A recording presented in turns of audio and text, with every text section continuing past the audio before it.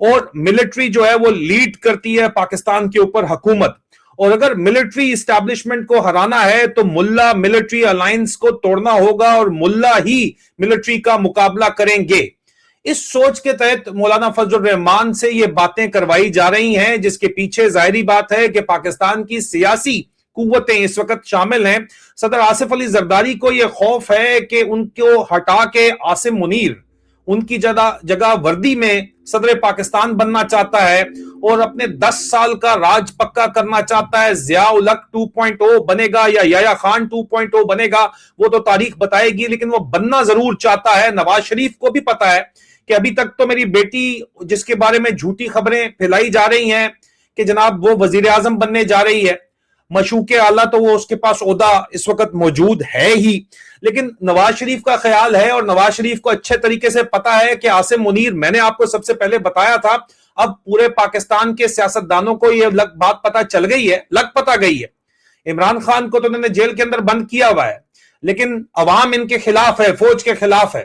عوام کو اپنے ساتھ کرنے کے لیے سب سے پہلے حکومت کے اوپر قبضہ کرنا چاہیے, جس کے لیے ججوں اور جرنیلوں کا ایک نیکسس بنایا جا رہا ہے, جس کے لیے فیڈرل کانسٹیٹیوشنل کورٹ بھی بنائی گئی ہے. ججوں کو مراعات دی جا رہی ہیں, ایسی مراعات جس کے بارے میں نہ کبھی کسی نے سنا نہ دیکھا. 60 لاکھ کی گاڑیاں 4 سے 5 لاکھ میں ججوں کو سبسڈی کے اوپر دی جائیں گی. تو یہ رشوت نہیں ہے سرکاری سطح کے اوپر, تو اور کیا ہے. جرنیلوں کی بھی اسی قسم کی پاکستان کے اندر مراعات ہیں. ججوں اور جرنیلوں کے ذریعے مل کے پاکستان کے اوپر ایک دفعہ پھر, جی ہاں ایک دفعہ پھر, ہر سیاسی ہر جو ملٹری ڈکٹیٹر ہوتا ہے اس کو عدالتوں نے, ججوں نے ہی لیجٹمیسی دی ہے. چاہے وہ پی سی او کے تحت ججز آئے ہوئے ہوں جنہوں نے مشرف کو لیجٹمائز کیا ہو, یا اس سے پہلے بار بار یہ قصے آپ کو دیکھنے کو ملے ہیں. اس وقت بھی ججوں اور جرنیلوں کا نیکسس مل کے عاصم منیر کو اگلے 10 سال کے لیے وردی میں صدر لگانا چاہتا ہے, جس کی وجہ سے آصف علی زرداری کی صدارت تو خطرے میں ہے ہی, اور دوسری طرف نواز شریف کا چھوٹے بھائی کو ہٹا کے محسن نقوی اپنا سالہ, عاصم منیر اپنا سالہ محسن نقوی وہاں پہ لگانا چاہتا ہے. تو ظاہری بات ہے کہ وہاں پہ بھی خطرے کے اندر ہے ہی جو وزیر اعظم کی کرسی ہے. اور اس وقت ہماری اطلاعات کے مطابق تمام تر جتنے بھی چیف منسٹرز ہیں وہ آئی ایس آئی کے آرڈرز کے اوپر کام کر رہے ہیں, وہ اپنی پولیٹیکل لیڈرشپ کے آرڈرز کے اوپر کام نہیں کر رہے ہیں. اور پلان یہ بنایا گیا ہے کہ اکتوبر تک, نومبر میں اگلی 27ویں ترمیم کروا کے, اور اس سے پہلے محسن نقوی کو ڈپٹی پرائم منسٹر لگا کے 29ویں ترمیم کے لیے رستہ ہموار کر کے, ہو سکتا ہے 28ویں کے اندر ڈال دیا جائے, لیکن چانسز یہی ہے کہ 29ویں میں یہ کام کرنا ہے. اور نومبر میں یہ کام کرنا کیوں رکھا گیا ہے, کیونکہ اکتوبر میں dirty Harry major general Faisal Naseer lieutenant general promote ہو کے D G I S I کے عہدے کے اوپر براجمان ہونا چاہتا ہے, اور اس کی یہ سیٹنگ موجود اس وقت تک تو ہے. پیپلز پارٹی کے ساتھ اس کے تعلقات بھی موجود ہیں.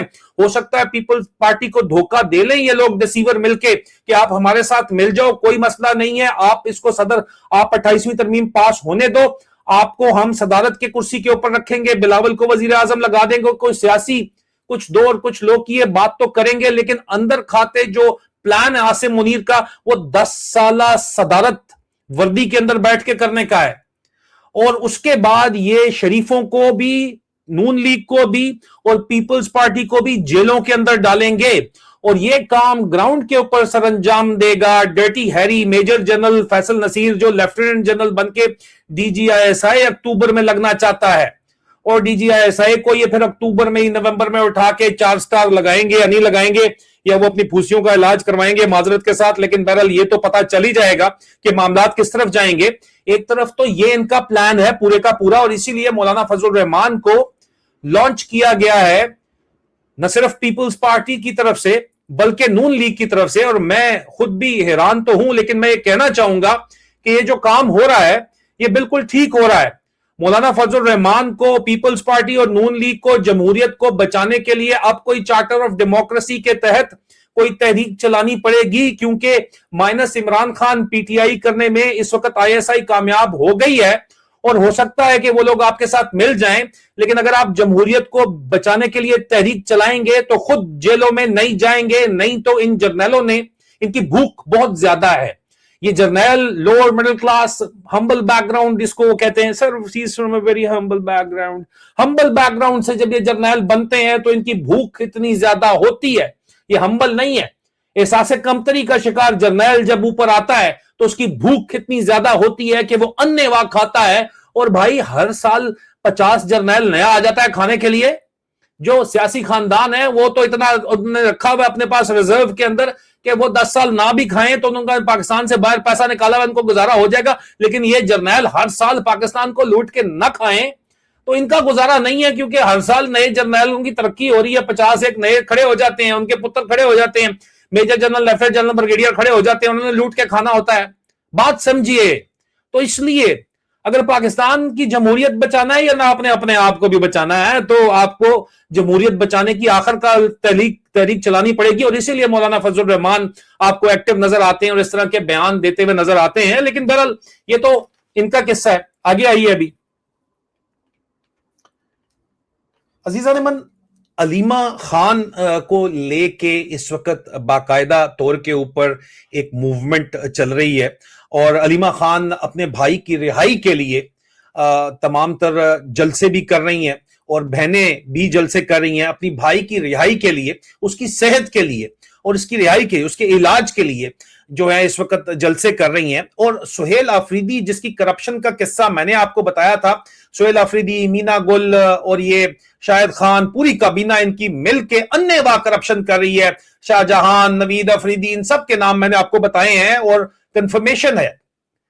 100 سے 150 ارب روپے کی کرپشن یہ لوگ، ان کے اوپر الزامات ابھی تک کنفرم، جس کے آڈٹ بھی سامنے آ چکے ہیں، فائلیں بنی ہیں، لیکن اس کے ذریعے ان کو کنٹرول کیا جا رہا ہے. لیکن ہماری اطلاعات کے مطابق سہیل آفریدی نے ISI sector commander Khyber Pakhtunkhwa brigadier Umar Sharif کو یہ بات کہی ہے کہ DGC major general Faisal Naseer اور ڈرٹی ہیری کو یہ بات بتائیں کہ علیمہ خان ہمارے کنٹرول میں نہیں ہے اور علیمہ خان کی وجہ سے اب لوگ اگر اٹھیں گے تو اس کی وجہ آپ ہمیں بلیم نہیں کر سکتے.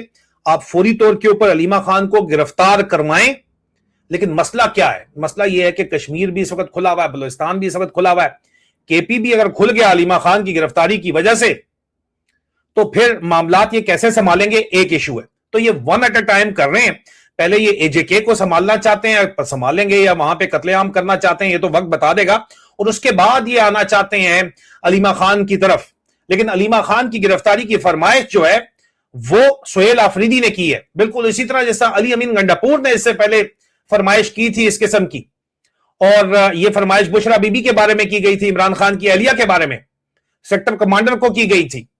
اور اب یہ درخواست جو ہے وہ کی گئی ہے علیمہ خان کے لیے سہیل آفریدی کی طرف سے، کیونکہ اس کے کرپشن کے قصے نہ کھلیں، وہ کھلنے شروع ہوئے ہیں. آپ مجھے KPK کے اندر بتا دو کہ علی امبی، یہ جو سہیل آفریدی ہے اور اس کا بھائی ہے اور یہ شاہجہان وغیرہ جو پارٹی مل کے جو کام، مینا گل جو شاہد خٹک ہے، کیا وہ یہ کرپشن انیواہ نہیں کر رہے؟ اور اگر کر رہے ہیں تو وہ کیوں عمران خان کو چھڑانے کی تحریک چلائیں گے؟ سوال تو یہ ہے اس وقت. اور سینٹر کے اندر بھی گور خان کے ذریعے جس طرح کنٹرول کیا جا رہا ہے اس موومنٹ کو، وہ بھی آپ دیکھیں کہ حیران کن بات ہے. اور ورکرز کا کیا کہنا ہے وہ بھی سن لیجئے ذرا. خیبر پختونخوا کے اندر PTI کا گراؤنڈ ورکر عمران خان کی رہائی کے لیے جس وقت پش کرتا ہے PTI کی اپنی لیڈرشپ کو، تو ان کے ساتھ کیا ہوتا ہے یہ آپ سنیں. یہ سوابی کے اندر، KPK کے اندر ہو رہا ہے. یہ ہجرت کامران صاحب ہیں، سن لیجئے یہ ورکرز کو لے کے آئے ہیں، یہ کیا کہہ رہے ہیں. 1 منٹ کی صرف ویڈیو ہے، سنیے گا ذرا، پھر آگے چلتے ہیں. الرحمن الرحیم. جیسا کہ آپ سب کو پتا تھا، خان صاحب کی رہائی کے لیے ہم نے لائے عمل مانگنے کے لیے یہاں پہ ایک بھوک ہڑتال کیمپ لگانا تھا. یہ سوابی ریسٹ ایریا ہے پیچھے، جو ایکسیویٹر پیچھے کام کر رہا ہے. یہ پوری باری نفری میں پولیس بھی بھیجی ہے، ہمارا سامان بھی سارا لے گئے ہیں یہاں سے، اور ہمارے ایک لڑکے کو بھی گرفتار کر کے لے گئے ہیں، موبائل بھی لے گئے ہیں ساتھ اپنی حکومت میں ہمارے. یہ سوابی انٹرچینج کے ساتھ جو ریسٹ ایریا ہے، یہاں پہ ہم دھرنا لگانے جا رہے تھے. ابھی انہوں نے ہمارا سارا سامان بھی لے گئے پولیس، اور ابھی ہم جا رہے ہیں باقی ساتھی ادھر انٹرچینج پہ ابھی کھانے جا رہے ہیں. ادھر ہمارے لڑکے کو بھی یہ گرفتار کر کے لے گئے. انشاءاللہ جو بھی ہوگا پھر آپ کے ساتھ باقی چیزیں بھی شیئر کرتے ہیں، لیکن فی الحال آپ دیکھ سکتے ہیں ایکسیویٹر اور تو ہے یہ پولیس والے کھڑے ہیں، پولیس کے نگرانی میں یہ سارا کچھ ہو رہا ہے. یہ راستے جو جدھر ہم کیمپ لگا رہے تھے وہاں پہ وہ کھڈے لگا رہے ہیں، کھڈے مار رہے ہیں، راستے بند کر رہے ہیں. یہ حال ہے ہمارا خان صاحب کی رہائی کے لیے آواز اٹھانے کا. آپ کو پھر یہ صلاح ملتا ہے. اگر ایسی کوئی بھی احتجاج کرو مسئلہ نہیں ہے، لیکن خان صاحب کی رہائی کی بات نہیں کرنی. یہ پی ٹی آئی کے گراؤنڈ ورکرز آپ کو خیبر پختونخوا میں جہاں پہ عمران خان کے نام کے اوپر کھمبوں نے حکومت بنائی ہے وہاں سے پیغام ہے. ابھی آپ کمنٹس کے اندر بتا دو کہ کیا کہا جائے. اور یہ جا کے اسلام آباد میں گور خان سے بھی ملے ہیں. 15 دن یہ گور خان کے ڈیرے کے باہر بیٹھے رہے ہیں لیکن گور خان نے ان سے ملاقات نہیں کی. اندازہ کریں پھر اس کو ہم گوبر خان کیوں نہ بولیں. اور علیمہ خان کے پیچھے سہیل افریدی پڑا ہوا ہے کہ اس کی کرپشن کا قصہ جتنا عرصہ وہ رہے اتنا عرصہ وہ کما لے، یہ چلا ہوا ہے. علی امین وہاں پہ جو ہے وہ تلملا رہا ہے کہ میرا جو کھاپا چل رہا تھا وہ پروگرام بند ہو گیا کیونکہ وہی لوگ جو علی امین کے فرنٹ مین تھے آج سہیل افریدی کے فرنٹ مین بنے ہوئے ہیں. تو آپ مجھے بتائیں کہ یہاں پہ کون سا بندہ ہے جو خان کے ساتھ سنسیئر ہے. اس کی اپنی بہنیں سنسیئر ہیں، ظاہری بات ہے. اور وہ جب سامنے بڑھتی ہیں تو ان کے خلاف واہیات بکواس کی جاتی ہے اور سہیل افریدی کی طرف سے درخواست کی جا رہی ہے کہ اس کو اٹھا لیں. حالانکہ عمران خان کا پیغام عزیزان من بہت واضح ہے اور میں جاتے جاتے آپ کو عمران خان کا پیغام جو ہے وہ سنانا چاہوں گا جو آج علیمہ خان نے بھی اپنی بہن کا اپنے بھائی کا پیغام ریلیز کیا ہے. اور اس کے بعد میں آپ سے اجازت چاہوں گا. یہ عمران خان کا پیغام ہے، کلیئرلی آپ کے سامنے ہے، سن لیجئے اور کمنٹس میں ضرور بتائیے گا کہ اب آپ کیا کہتے ہیں. میں نے تو آپ کو بتایا تھا. سنیے. بسم اللہ الرحمن الرحیم. ایاک نعبد و ایاک نستعین. میرے پاکستانیوں، جب تک یہ پیغام آپ تک پہنچے گا مجھے یہ اریسٹ کر چکے ہوں گے اور میں جیل میں ہوں گا. تو میری آپ سے صرف ایک ہی ریکویسٹ ہے، اپیل ہے کہ آپ نے گھروں میں چپ کر کے نہیں بیٹھنا. میں یہ جو جدوجہد کر رہا ہوں یہ اپنی ذات کے لیے نہیں کر رہا، یہ اپنی قوم کے لیے کر رہا ہوں، آپ کے لیے کر رہا ہوں، آپ کے بچوں کے مستقبل کے لیے کر رہا ہوں. اگر آپ اپنے حقوق کے لیے نہیں کھڑے ہوں گے آپ غلاموں کی زندگی گزاریں گے. اور غلاموں کی کوئی زندگی نہیں ہوتی. غلام ایسے ہوتے ہیں جیسے چونٹیاں زمین پہ ہوتی ہیں، ان کے اوپر پرواز نہیں ہوتی. اور یہ بڑی خواب کا نام تھا پاکستان. نعرہ تھا لا الہ الا اللہ. پاکستان کا مطلب کیا کہ ہم کوئی انسان کے سامنے نہیں جھکتے. لا الہ الا اللہ انسان کی غلامی سے ہمیں آزاد کرتا ہے. اور ہمارے نبی صلی اللہ علیہ وسلم نے اپنی مدینہ کی ریاست میں سب سے پہلے انسانوں کو آزاد کیا تھا عدل اور انصاف دے کے. یہ ہے جنگ انصاف کی، آپ کے حقوق کی، آپ کی آزادی کی. اور کبھی بھی یاد رکھیں کوئی آزادی پلیٹ میں رکھ کے نہیں دیتا. جس طرح میں کہتا ہوں زنجیریں گرتی نہیں ہیں، توڑنی پڑتی ہیں. پرامن احتجاج آپ نے کرتے رہنا ہے جب تک کہ آپ کو آپ کا حق نہیں ملتا. اور وہ سب سے بڑا فنڈامنٹل رائٹ ہے ووٹ کے ذریعے اپنی حکومت منتخب کرنا، نہ تو کسی اور کوئی قبضہ گروپ اس ملک کے اوپر قبضہ کر کے بیٹھ جائے جو آج قبضہ کر کے بیٹھا ہوا ہے. شکریہ. عزیزان من، فیصلہ آپ کا ہے کہ آپ نے پرامن احتجاج کرنا ہے یا غلام بننا ہے اور اپنے بچوں کو بھی غلام بنانا ہے. اب تک کے لیے صرف اتنا ہی. آج کے لائیو سٹریم میں آج کی اے جے کے سچویشن جو ہے ڈی ڈے ہے آج، اس کے اوپر آپ سے بات چیت ہوگی ایک خصوصی مہمان کے ساتھ جو آپ سب کے دلوں کی دھڑکن، کم از کم کشمیری کمیونٹی کے دلوں کی دھڑکن ہے. کشمیریوں کو پاکستان آنے سے روکنے کے لیے اس وقت نئی ریسٹرکشنز بھی لگائی جا رہی ہیں، ان کے اوپر بھی بات ہم کریں گے اور اس کے علاوہ تمام تر لیٹسٹ سچویشن آپ کو بتائیں گے. اپنا خیال رکھیے. خدا